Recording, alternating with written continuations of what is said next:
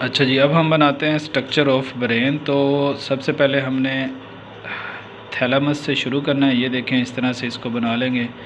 THA इसको मैं लिख रहा हूँ, थैलेमस। और इसके ऊपर निसफ़ दायरा नुमा होता है, इस तरह से बना लेना है हाइपोथैलेमस। ठीक है, HYP लिख दिया इसको, हाइपोथैलेमस। अब इसके ऊपर ज़रा लेफ़्ट और राइट साइड पे होता है डायग्राम के अंदर, यानी एक्चुअल में ब्रेन के अंदर। हम लेबलिंग करने के लिए इसी के ऊपर बना लेते हैं, वो भी थोड़ा सा निसफ़ दायरा नुमा। ये जो ऊपर हमने बनाया है एक्चुअल में ब्रेन के अंदर, ये लेफ़्ट साइड पर और राइट साइड पर होता है। इसको कहेंगे हम हाइपोकैम्पस। और ये जो हमने दरमियान में बनाया है हाइपोथैलेमस, इसके साथ एक छोटी सी स्टेम के ज़रिए से पिट्यूटरी ग्लैंड अटैच होता है, ये वाला।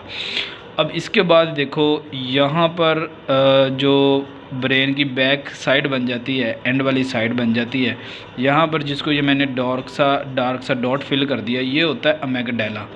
ये अमेगडाला, ये हाइपोथैलेमस और ये हाइपोकैम्पस, ये तीन चीज़ें मिलकर ब्रेन का लिम्बिक सिस्टम बनाती हैं।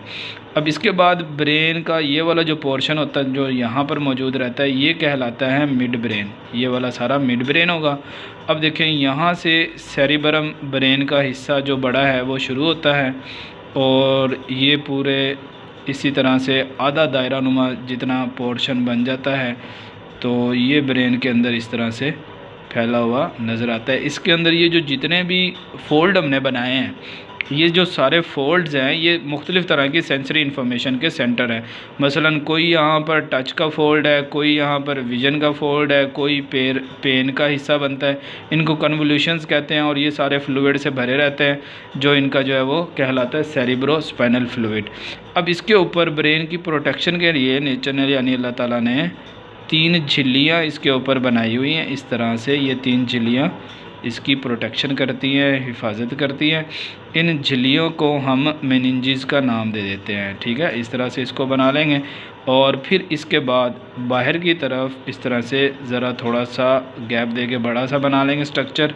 ये है ब्रेन की हमारी स्कल, यानी खोपड़ी वाली हड्डी, जो क्रेनियम कहलाती है। इसका काम प्रोटेक्शन करने का है। क्रेनियम वाले इस पोर्शन को इस तरह से थोड़ा सा शेड करके क्लियर कर लेंगे, ताकि पता चल जाए ये बाहर वाली ब्रेन की हड्डी है। और उसके बाद इसके नीचे वाली जो लेयर्स है वो इसकी मेनिंजेस बन जाएंगी। ठीक है, अब देखिए बिल्कुल सेंटर में आ गया हमारे पास ये थैलेमस है, और फिर इसके ऊपर आ गया हाइपोथैलेमस, और हाइपोथैलेमस के फिर लेफ़्ट और राइट साइड पर मौजूद होता है हाइपोकैम्पस। और इसी तरह से ये डॉट जैसा हमने बनाया अमेगडाला। इन तीनों चीज़ों को मिलाकर हम नाम दे देते हैं, ये कहलाता है लिम्बिक सिस्टम। यानी ये 4 ब्रेन है, तो ये उसका लिम्बिक सिस्टम बन जाएगा, थैलेमस, लिम्बिक सिस्टम। और ये जो सबसे बड़ा पोर्शन है, इसको हम नाम देते हैं सेरिबरम। ये है सेरिब्रम। इस ब्रेन का सबसे बड़ा हिस्सा होता है 4 ब्रेन के अंदर भी, और ओवरऑल ब्रेन के अंदर भी ये सबसे बड़ा हिस्सा होता है, जिसके अंदर बहुत सारे फोल्ड्स हैं, कन्वोल्यूशंस हैं। और ये जो पतली झिल्लियाँ सी हैं, ये मेनिंजेस, और ये जो बाहर हड्डी बन जाएगी, ये ब्रेन की स्कल, क्रेनियम जिसे हम कहते हैं। अच्छा, अब इसके बाद यहाँ से ज़रा इस तरह से बटरफ्लाई शेप जैसा ये ब्रेन का हिस्सा बनता है, और ये आगे की तरफ उभरा हुआ हिस्सा बनता है।